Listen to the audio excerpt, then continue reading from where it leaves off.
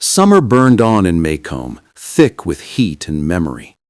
The courthouse was quiet now, the echoes of the trial fading into the hum of cicadas. But the town wasn't the same. Something had cracked, invisible, but deep. People still spoke of Tom Robinson, though not in open words. In barber shops, on porches, in the whispers of the market, his name lingered like the aftertaste of guilt. Atticus went about his days, calm as ever, though his steps carried a weight no one could see. He had filed for an appeal, believing there was still hope, that somewhere beyond Maycomb's fences, justice might exist. Scout and Jem tried to believe it too, but there was a quiet sadness around their father now, a silence that spoke of disappointment, not in the law, but in people.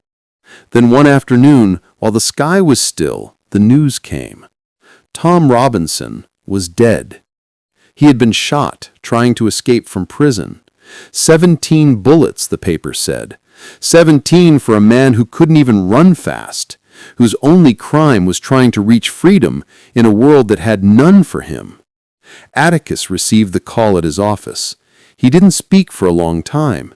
Then he stood, put on his hat, and drove out to tell Tom's wife himself. When he reached her small house at the edge of the fields, she was hanging laundry, white sheets fluttering in the sun.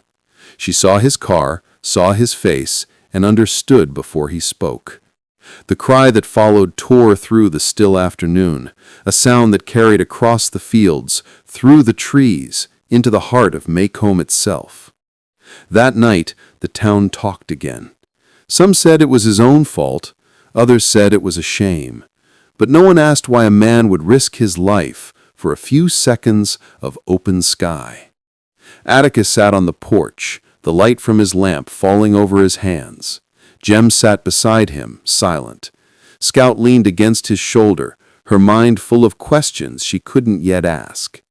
Finally, Jem spoke, his voice small, trembling. "It's not fair." Atticus didn't answer right away. He watched the stars flicker above the trees, as if searching words among them. "No," he said softly, "it's not." In the weeks that followed, life in Maycomb went on as if nothing had happened. The courthouse filled with new cases, the gossip turned to other things, but the Finches couldn't forget. Tom's death wasn't just the end of one man's story, it was the end of belief in something larger. For Jem, it shattered his idea of justice. For Scout, it planted a seed, a quiet, painful understanding of how unfair the world could be. Autumn came. The nights grew cooler. The leaves turned gold and fell like faded promises. Sometimes, Scout would see her father sitting alone on the porch, the newspaper folded beside him, his face calm, but his eyes distant, as if he were still standing in that courtroom, still speaking to a jury that would never hear him. And somewhere, beyond the edge of town, the fields lay silent again. No one remembered the man who had picked cotton there, who had worked with one good arm and a heart full of hope. But in the Finch household, his name remained, not as a wound, but as a truth. Because in the end, Tom Robinson's story wasn't just about one man's fate.